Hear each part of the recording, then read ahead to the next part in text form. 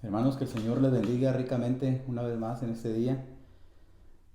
Antes de iniciar, hermanos, nuestra reflexión el día de hoy, quiero informarles, ¿verdad?, que precisamente el día de hoy, por la tarde, queremos tener una reunión.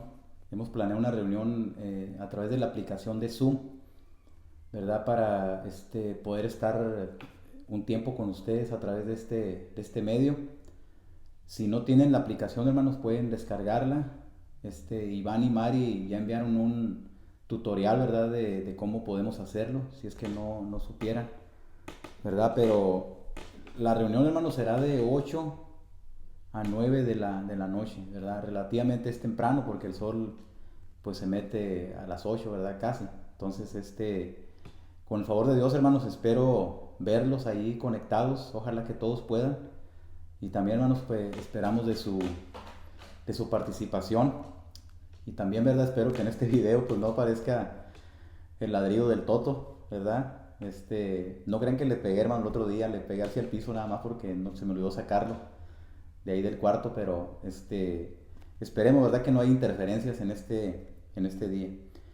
Muy bien, hermanos, quiero cerrar el mes de junio, ¿verdad? El mes que estamos concluyendo, dando un repaso, ¿verdad?, para retroalimentarnos, hermanos, de lo que estuvimos aprendiendo y estudiando acerca de las iglesias de Apocalipsis, ¿verdad? Y en cada una de ellas eh, vemos que el Señor les dice que Él conoce sus obras, ¿verdad? Que Él conoce su trabajo. También vimos que fueron cartas dirigidas a una congregación en particular. Vimos también un veredicto del Señor Jesucristo dependiendo de la condición de cada iglesia. Y también miramos una exhortación general para todos los creyentes, para todos los cristianos. Muy bien. También, hermanos, al estudiar un poco sobre las iglesias en Apocalipsis, nos dimos cuenta de cuál era su condición espiritual, el problema que ellos estaban enfrentando y también la palabra de exhortación que el Señor les daba a cada una de ellas. Entonces, yo creo, hermanos, sinceramente, que en más de una carta, ¿verdad? Nos dimos cuenta cuál era la condición también, hermanos, en que estábamos nosotros y que tuvimos que identificarnos y que ser confrontados también por el Señor, ¿verdad? En nuestra vida como creyentes. Y en este día, hermanos, como mencionaba hace un momento, estaré citando brevemente algunas de estas iglesias, ¿verdad? Por causa del tiempo, pues les digo, ¿no?, que voy a estar citando a cada una de ellas. No toda, ¿verdad?, porque el tiempo no nos va a alcanzar, pero quisiera que estuviéramos pensando en algunas de ellas. Y quisiera comenzar, hermanos, primeramente, ¿verdad?, en este momento con una palabra de oración, una corta oración. Señor, te agradecemos, Padre, en este momento que podemos venir ante tu presencia. Gracias, Señor, por el tiempo que nos das, que podemos reunirnos a través de este medio, poder compartir tu palabra. Señor, abre nuestros corazones, nuestra mente, que podamos entender lo que tienes para nosotros en este día, Señor. Padre, te lo suplicamos una vez más en el nombre de Cristo, nuestro Señor y Salvador. Amén. Muy bien. Entonces, hermanos, vamos a comenzar con la iglesia de Éfeso, ¿verdad? Y decíamos que a Éfeso se le conoce como la iglesia que dejó su primer amor. Dice en el capítulo 2 de Apocalipsis, versículo 4, espero que tenga su Biblia ahí a la mano. Dice, pero tengo contra ti, dice, que has dejado tu primer amor. Muy bien. Pues vemos aquí en primera instancia, ¿verdad?, que el Señor está hablando a la iglesia y le dice, tengo contra ti, dice, que has dejado tu primer amor. Vemos que la iglesia de Éfeso tenía obras, trabajo, paciencia. Era una iglesia muy ocupada, una iglesia muy laboriosa, muy trabajadora.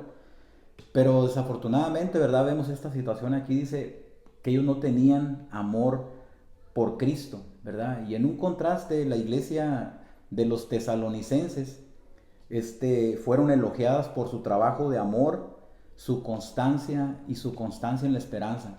Cuando el apóstol Pablo escribe a esta iglesia en Tesalónica, él les reconoce y les elogia, ¿verdad?, por su amor y su constancia en la esperanza que ellos tenían.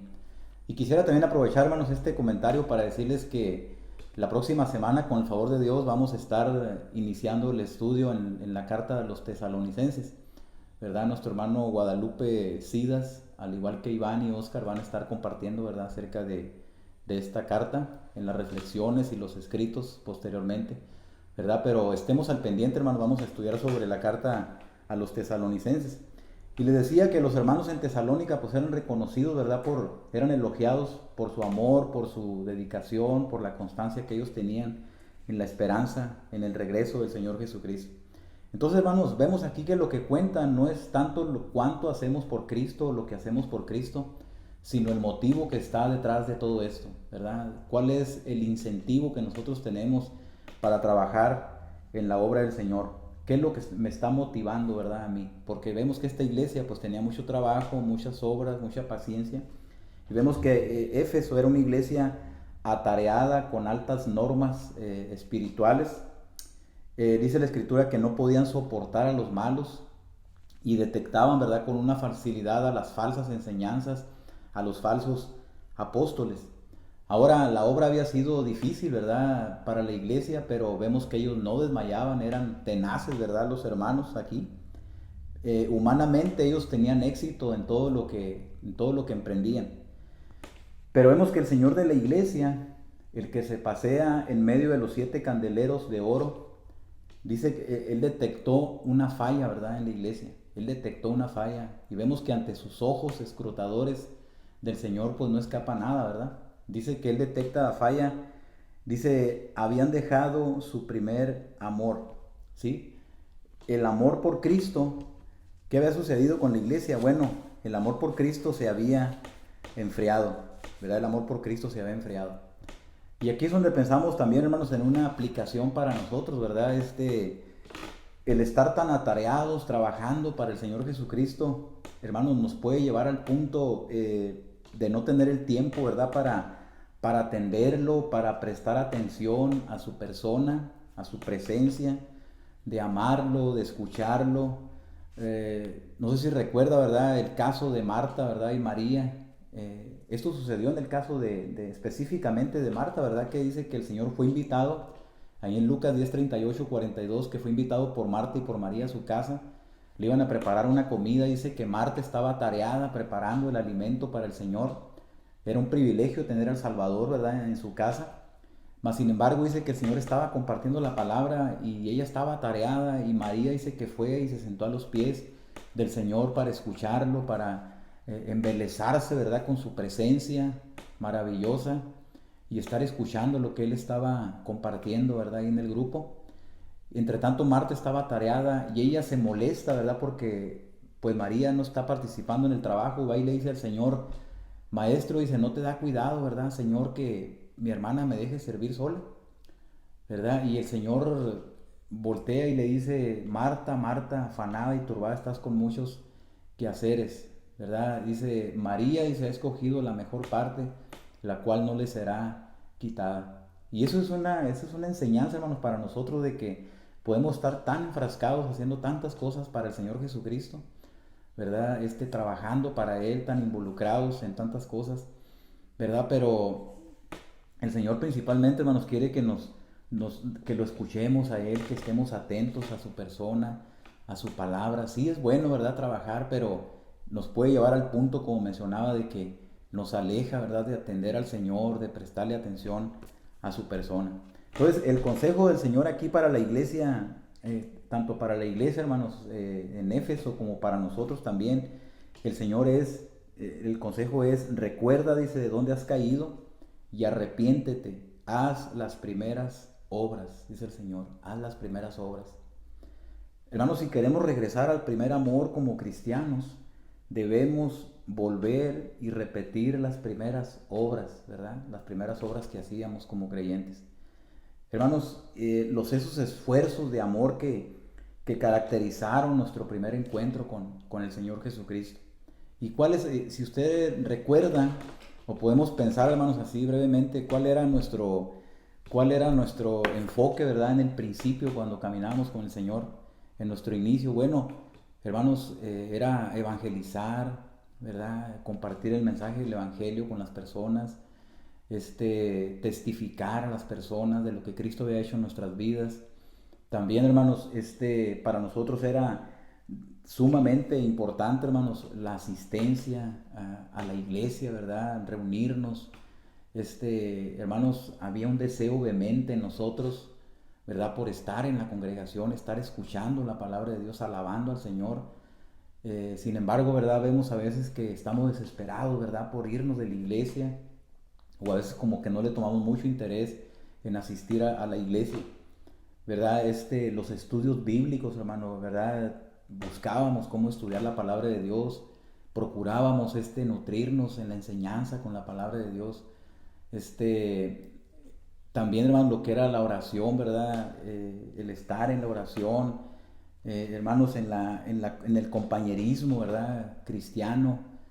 Eso eran, hermano, las primeras obras que hacíamos, ¿verdad? Y por eso el Señor está diciendo, recuerda por tanto de dónde has caído, dice, y arrepiéntete ya las primeras obras, ¿sí? Hermanos, debemos entender que el trabajo, aunque sea trabajo para Cristo, hermanos, no es sustituto de amor, ¿verdad? No es un sustituto de amor. La iglesia en Éfeso, y creemos sinceramente, hermanos, que también la iglesia actual, ¿verdad? Y en específico nosotros, hermanos, también la iglesia local, ¿verdad? La iglesia Pajiel, hermanos, necesita volver su corazón al Señor, ¿verdad? Necesitamos volver, hermanos, nuestro corazón al Señor.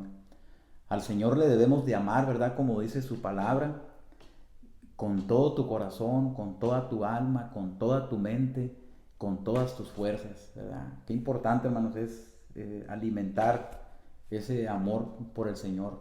Y si la iglesia no vuelve, hermanos, su corazón al Señor, si no manifiesta amor por Él, dice aquí el texto, el Señor le dice a la iglesia en Éfeso, y también nos dice a nosotros, ¿verdad? Se le quitará su candelero.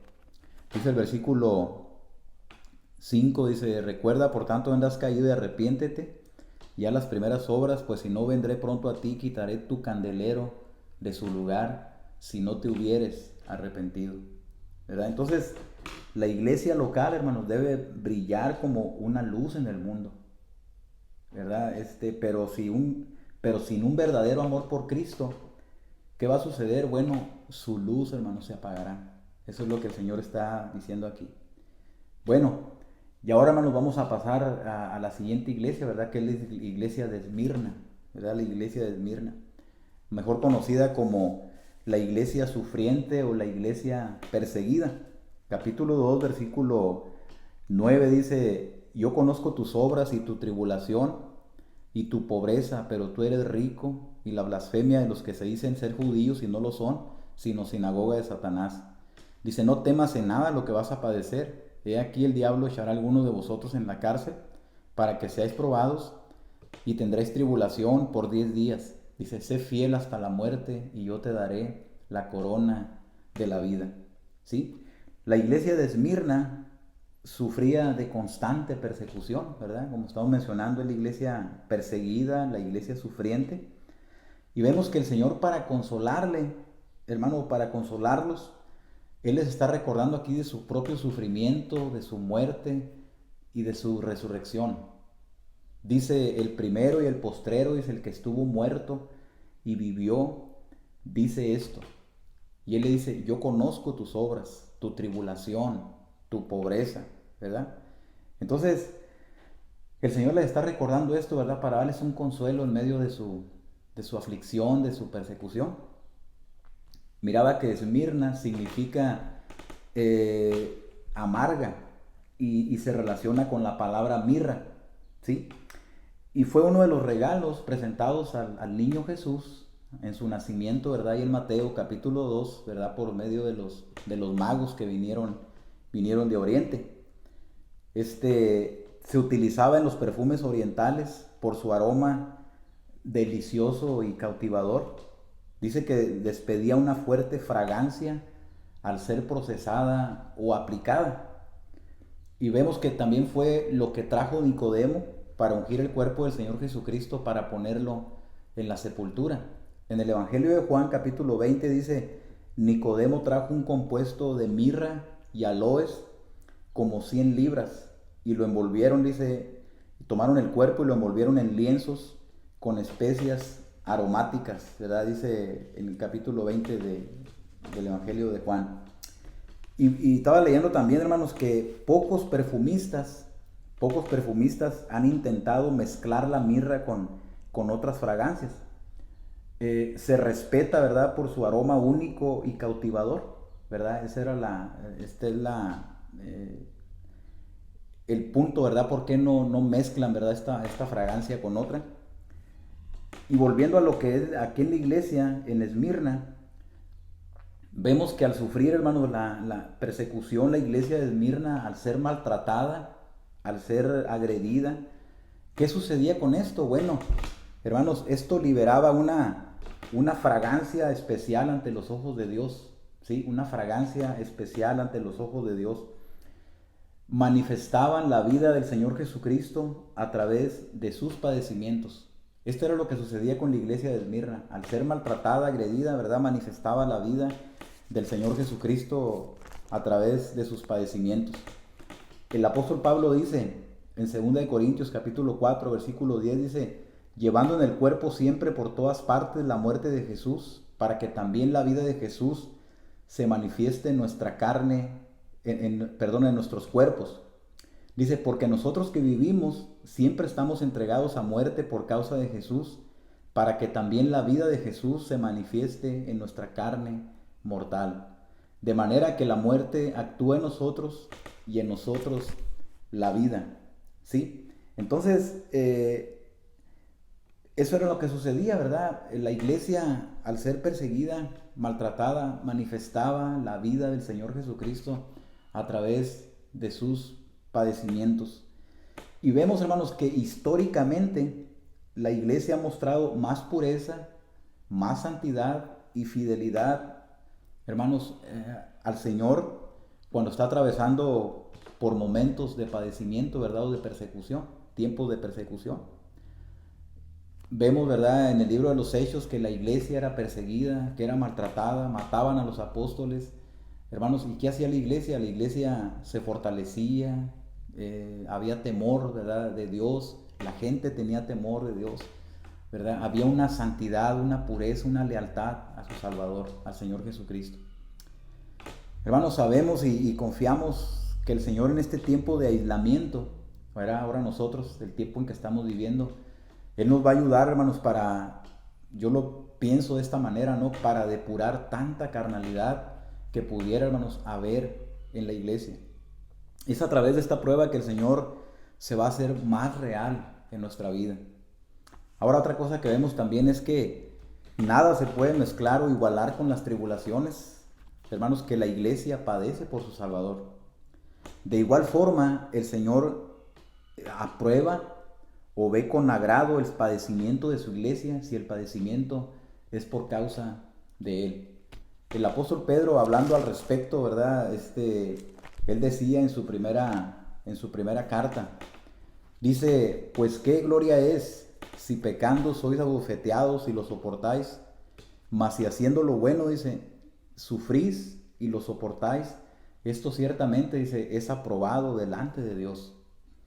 Dice, pues para esto fuisteis llamados, porque también Cristo padeció por nosotros, dejándonos ejemplo para que sigáis sus pisadas. Y en el capítulo 4, versículo 12, dice, amados, no os sorprendáis del fuego de prueba que os ha sobrevenido, como si alguna cosa extraña os aconteciese, sino gozaos por cuanto sois participantes de los padecimientos de Cristo, para que también en la revelación de su gloria os gocéis con gran alegría.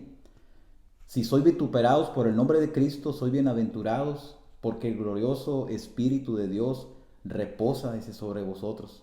Ciertamente de parte de ellos Él es blasfemado, pero por vosotros es glorificado. Así que ninguno de vosotros padezca como homicida o ladrón, dice, o malhechor, o por entrometerse en lo ajeno. Pero si alguno padece como cristiano, no se avergüence, sino glorifique a Dios por ello. Dice, porque es tiempo de que el juicio comience por la casa de Dios.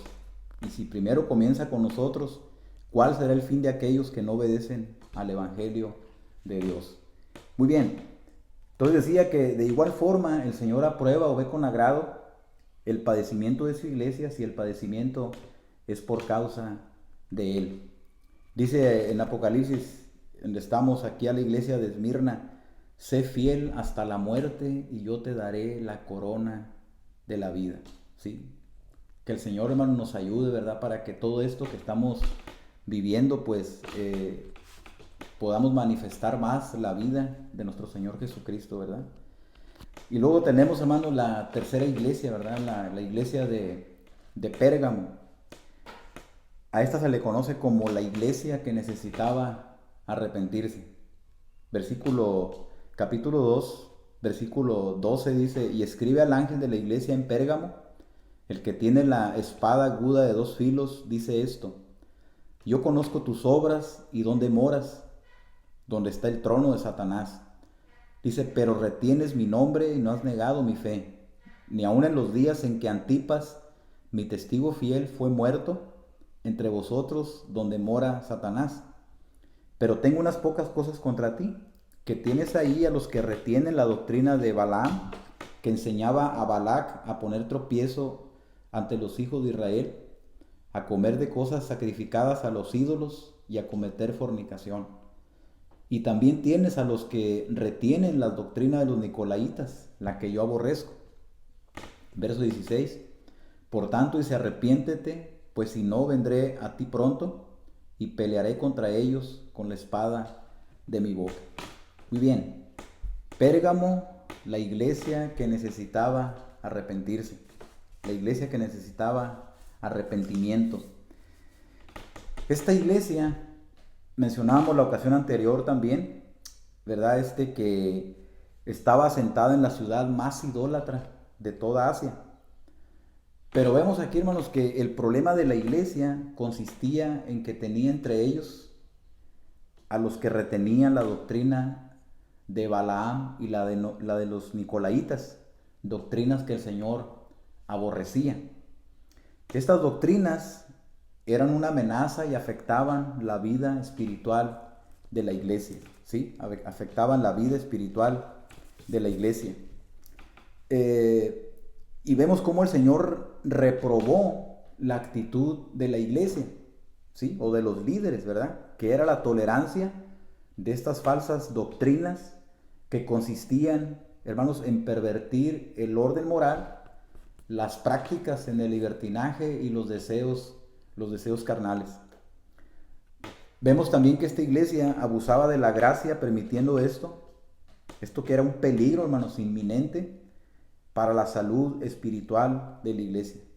Entonces vemos que el problema en Pérgamo era fuerte, ¿verdad? Cuando nosotros leemos ahí, pues los que tienen la doctrina de Balaam y los nicolaitas, pues tal vez, ¿verdad? Lo leemos así someramente, pero cuando ya nos ponemos a pensar, hermanos, en estas dos doctrinas que estaban dentro de la iglesia y que ellos estaban, fíjese, aceptando, el liderazgo estaba aceptando, ¿verdad? Estas doctrinas ahí dentro, ahí en la congregación. Esta doctrina de Balaam y de los nicolaitas. ¿Por qué era un problema fuerte? Hermanos, simple y sencillamente porque la iglesia se debe conducir o llevar adelante solamente, hermanos, con la doctrina de nuestro Señor Jesucristo, ¿sí? ¿Y qué es doctrina? Bueno, doctrina significa, hermanos, es la palabra para sana enseñanza, ¿verdad? La sana enseñanza que tenemos en la palabra de Dios. Y cuando decimos que se debe de llevar solamente con la doctrina de nuestro Señor Jesucristo, es porque dice la palabra de Dios, ¿verdad? Vemos que el Señor Jesucristo, cuando Él enseñaba, cuando Él ministraba a las multitudes, dice en Mateo capítulo 7, versículo 28, dice, y cuando terminó Jesús estas palabras, la gente se admiraba de su doctrina, porque les enseñaba como quien tiene autoridad y no como los escribas. Entonces vemos que el Señor enseñaba con autoridad, no como las personas religiosas, ¿verdad? En su tiempo. El Señor, cuando estaba hablando con autoridad, estaba proclamando, hermanos, la verdad de Dios, ¿sí? Proclamando la verdad de Dios. Y de igual manera nosotros, sus hijos, hermanos, los hijos de Dios, sus siervos, debemos proclamar con autoridad lo que es la verdad de Dios. ¿sí? La iglesia, hermanos, no necesita de otras doctrinas, sino que debe conformarse a las sanas palabras de nuestro Señor Jesucristo y a la doctrina que es conforme a la piedad, ¿sí? La iglesia también debe tener cuidado, hermanos, y celo en cuanto a la enseñanza. Mire lo que dice el apóstol Pablo en Primera de Timoteo capítulo 6. El apóstol Pablo también hablando al respecto, ¿verdad? Dice en capítulo 6, versículo 3, si alguno les enseña otra cosa y no se conforma a las sanas palabras de nuestro Señor Jesucristo, dice, y a la doctrina que es conforme a la piedad, dice, está envanecido, nada sabe y delira acerca de cuestiones y contiendas de palabras, de las cuales nacen envidias, pleitos, blasfemias, malas sospechas, disputas necias de hombres corruptos de entendimiento y privados de la verdad, que toman la piedad como fuente de ganancia. Apártate de los tales. Entonces se fija cómo el consejo del apóstol Pablo, del Señor, hermanos, para nosotros, es que la iglesia debe tener cuidado y celo en cuanto a la enseñanza. Y este principio lo practicaron los apóstoles en la iglesia primitiva. Recuerda ya en el día de Pentecostés, cuando el apóstol Pedro pues da su primer sermón, dice que se convierte en 3,000 personas. Y el versículo 42 del capítulo 2 del libro de Hechos, Lucas escribe ahí, ¿verdad? Que dice, y perseveraban en la doctrina de los apóstoles. Eso es lo primero, ¿verdad?, que escribe Lucas en cuanto a la conversión de los nuevos creyentes. Hermanos, que ellos perseveraban en la doctrina de los apóstoles, la enseñanza de los apóstoles, ¿verdad?, que a su vez habían recibido del Señor Jesucristo, como veíamos ahí en Mateo 7:28. El apóstol Pablo, hermanos, también lo recomendó a sus consiervos, ¿verdad? Esto que estamos hablando de la doctrina, ¿verdad? Lo recomienda a sus consiervos Timoteo y Tito. También dice aquí en la primera carta de Timoteo, el apóstol Pablo le dice, ten cuidado de ti mismo y de la doctrina. Persiste en ello, pues haciendo esto te salvarás a ti mismo y a los que te oyeren. Mire qué claro, ¿verdad? El apóstol Pablo está aconsejando a un consiervo joven y le dice, ¿sabes qué, Timoteo? Tienes que tener cuidado de ti mismo y de la doctrina. ¿Qué es lo que estás enseñando, verdad? ¿Qué es lo que debes enseñar? Dice, pues haciendo esto te salvarás a ti mismo y a los que te oyeren. O sea, la doctrina, hermanos, es sumamente importante, ¿verdad? En la iglesia. Y no debemos minimizar, ¿verdad?, cuando la palabra de Dios habla de algo tan importante, porque cuando la gente oye lo que es la sana doctrina, la doctrina de nuestro Señor Jesucristo, las personas pueden llegar a la salvación, ¿sí? Por eso es importante el apóstol Pablo recomendándole a Timoteo, diciéndole, tienes que tener cuidado de ti mismo y de la doctrina. Y cuando Tito fue instalado, hermanos, en la iglesia de Creta, haciendo su función, ¿verdad?, como un delegado apostólico, ¿verdad?, para corregir las deficiencias también que había allí, que el apóstol Pablo le dice, tienes que establecer ancianos y lo deja ahí en este lugar, ¿verdad?, en la isla de Creta. El apóstol Pablo le dice a Tito, pero tú, Tito, habla lo que está de acuerdo con la sana doctrina. Mire, una vez más, ¿verdad?, volvemos al punto, ¿no? Los siervos, la iglesia, tienen que conformarse a lo que es la doctrina de nuestro Señor. Y aquí el apóstol Pablo le dice a Tito, habla lo que está de acuerdo con la sana doctrina. Muy bien. Ahora, el punto aquí es, hermanos, una pregunta que surge, ¿verdad? Es una pregunta obligada. ¿Por qué es importante que la iglesia se mantenga en la sana doctrina? ¿Por qué es importante? ¿Se ha puesto usted a pensar, hermanos, del por qué este énfasis? Bueno, vemos aquí, hermanos, nuevamente con la palabra. El apóstol Pablo dice aquí en Primera de Timoteo capítulo 4, versículo 1, dice, pero el Espíritu dice claramente que en los postreros tiempos, o sea, en los últimos tiempos, dice, algunos apostatarán de la fe, dice, escuchando a espíritus engañadores y a doctrinas de demonios, ¿verdad? Entonces, en primer lugar vemos que muchos van a apostatar de la fe en los postreros tiempos, escuchando doctrinas de demonios. Por eso la iglesia, ¿verdad? Tiene que estar al pendiente, ¿verdad? ¿Qué es lo que estamos escuchando? Y luego también Efesios capítulo 4, versículo 14, habla de que hay corrientes de doctrinas que apartan, ¿verdad?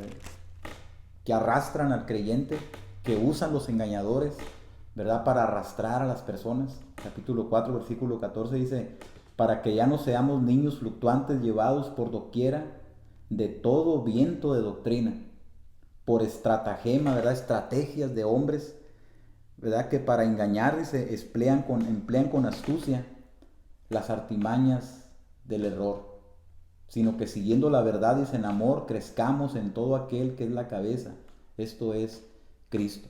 Entonces, hermanos, los engañadores usan corrientes de doctrinas, ¿verdad? Son estrategias, estratagemas que usan, ¿verdad? En sus enseñanzas erróneas para arrastrar a las personas.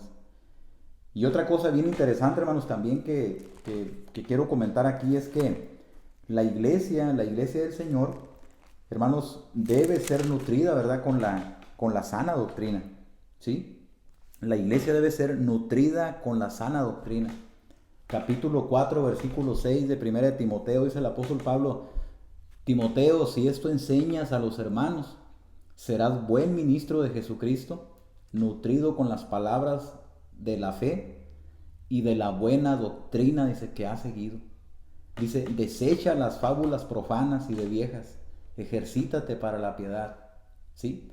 Fíjese cómo el apóstol Pablo, qué hermoso, ¿verdad? Que este gran siervo de Dios, yo estaba pensando cómo el apóstol Pablo, la gran encomienda que le da a Timoteo en sus últimos días es, ¿sabes qué, Timoteo? Tienes que enseñar a los hermanos, ¿verdad? Y si tú haces esto de enseñar a los hermanos acerca de estos peligros, ¿verdad? Vas a ser un buen ministro de Jesucristo, ¿verdad? Los tienes que enseñar, los tienes que nutrir con esas palabras de fe y de la buena doctrina que tú has seguido, ¿sí? Entonces, hermanos, es algo importante, ¿no? Que el siervo de Dios también debe, hermanos, predicar y exhortar con paciencia y doctrina, ¿sí? El siervo de Dios tiene que preocuparse, ¿verdad? En esto y es menester hacerlo. El apóstol Pablo mismo sigue repitiendo a Timoteo en su segunda carta, le dice que prediques la palabra, que instes a tiempo y fuera de tiempo. Dice, redarguye, reprende, exhorta con toda paciencia y doctrina. ¿Sabes qué, Timoteo? Tienes que permanecer firme, ¿verdad? En lo que estás haciendo. Ahora, ¿cuál era el punto? ¿Por qué tenía que mantenerse firme en esto? Bueno, dice, porque vendrá tiempo cuando no sufrirán la sana doctrina, sino que teniendo comezón de oír, se amontonarán maestros conforme a sus propias concupiscencias y apartarán de la verdad el oído y se volverán a las fábulas. Hermanos, es increíble cómo a estas alturas, a las alturas en que nos encontramos, ¿verdad? Ahorita como iglesia nos damos cuenta pues de esta realidad, ¿verdad? Que estamos en tiempos peligrosos en que la gente y mucho creyente no van a querer oír la sana doctrina, ¿sí?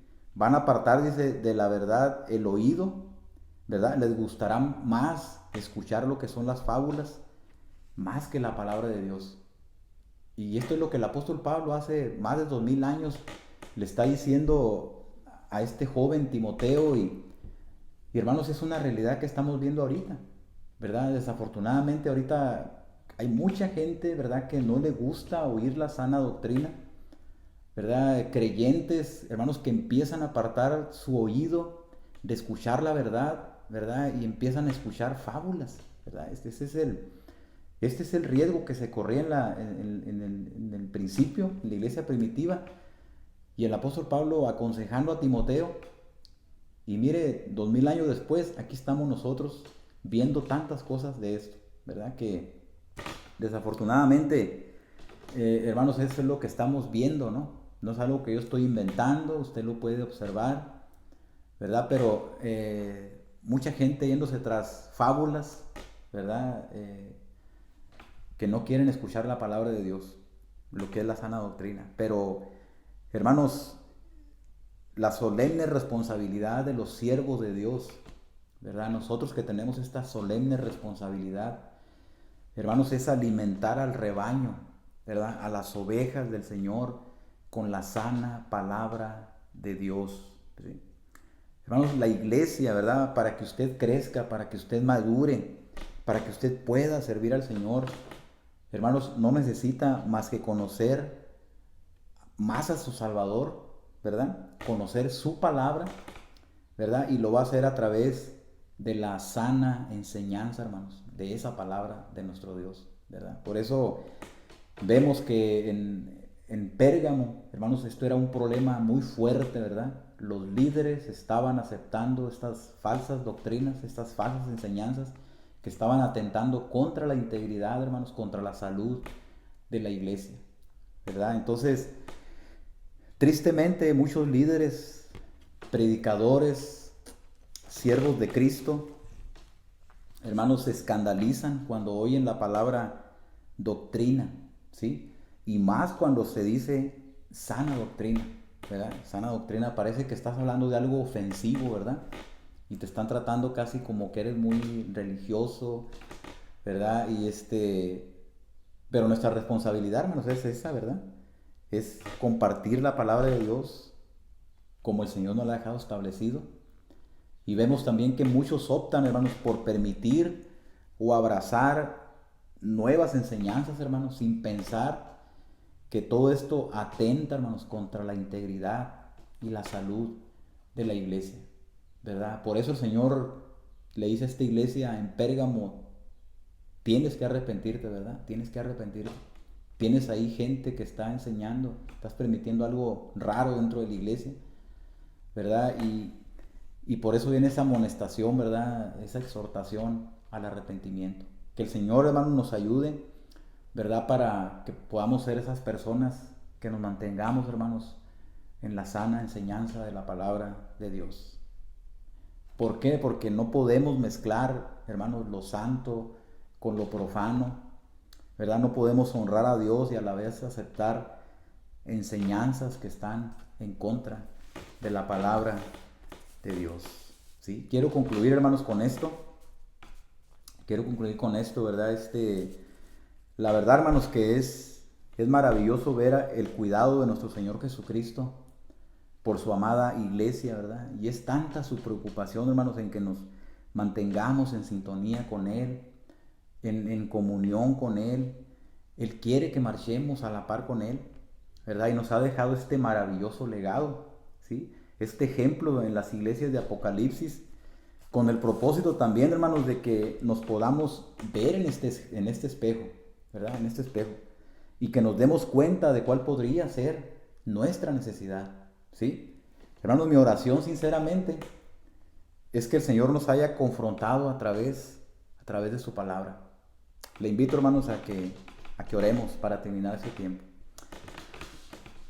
Señor, nuevamente te alabamos y bendecimos por tu bendita palabra que es viva y eficaz.